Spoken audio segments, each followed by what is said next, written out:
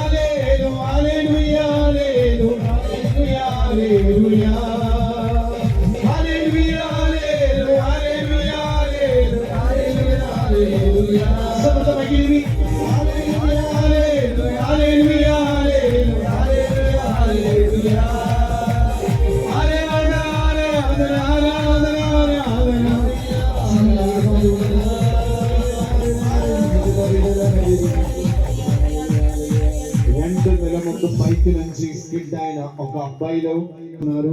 52 వయసులున్న ఒక అమ్మకి దేవుడు స్వస్థత ఇస్తున్నారు. హై షుగర్ లో బాధపడుతున్న 62 వయసున్న ఒక వ్యక్తికి దేవుడు స్వస్థత ఇస్తున్నారు.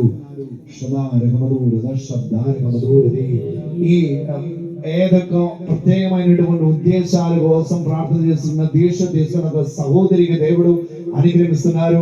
6 లక్షల బ్యాంక్ లోన్తో బాధపడుతున్న ఒక వ్యక్తిలో దేవుడు ఆ కుటుంబంలో దేవుడు అద్భుతం చేస్తున్నారు.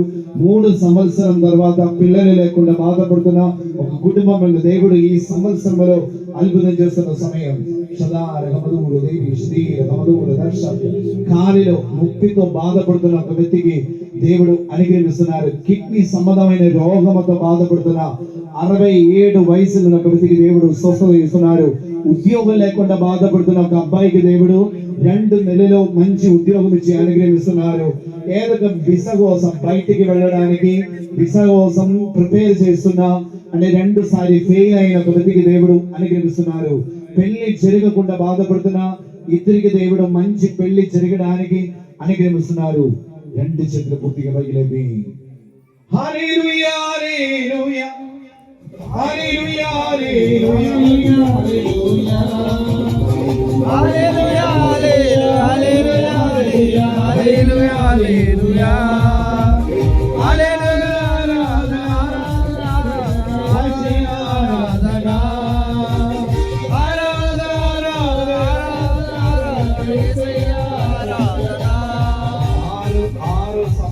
నుంచి ఇద్దరు కుటుంబముల కలహముతో బాధపడుతున్న ఆ కుటుంబంలో దేవుడు క్షమించి ఐక్య సంబంధంతో దేవుడు సన్నిధిలో ప్రార్థన చేసి ఆ కుటుంబముల అనారోగ్యం నుంచి దేవుడు స్వస్థత చేస్తారు. ఈ స్థలం మీద ఈ మట్టి మీద దేవుని యొక్క కారణం నిద్ర లేకుండా బాధపడుతున్న ఒక వ్యక్తికి దేవుడు స్వస్థత చేస్తున్నారు. పిల్లల గురించి ఆలోచించి బాధపడుతున్న ఒక అమ్మాయి యొక్క ప్రార్థనలు దేవుడు అనుగ్రహిస్తున్నారు. 2 లక్షల బ్యాంక్ లోన్ ఇష్యూస్ తో బాధపడుతున్న ఒక కుటుంబంలో దేవుడు అనుగ్రహిస్తున్నారు. 60,000 ఒక వ్యక్తి ఇవ్వాలి. ఆ వ్యక్తి కోసం చాలా సారి ప్రార్థన చేస్తున్నాము. ఈ 2 నెలలో ఆ ఒక అప్పులు క్లియర్ చేయడానికి దేవుడు ఆ కుటుంబంలో అనుగ్రహిస్తున్నారు. 2 చేతుల పూర్తిగా పగిలేది. ఆరాధన ఆరాధన ఆరాధన ఆరాధన కలిసి పాడి బ్రతుకుదాం.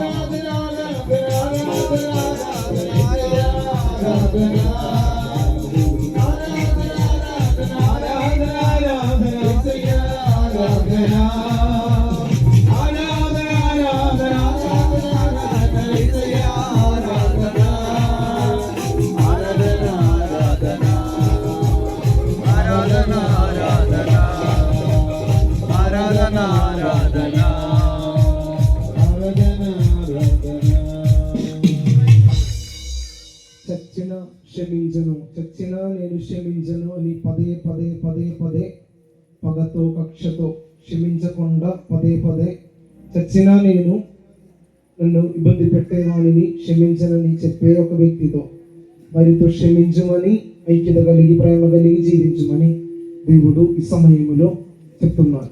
చెప్పండి కలిసి ఆరాధన ఆరాధన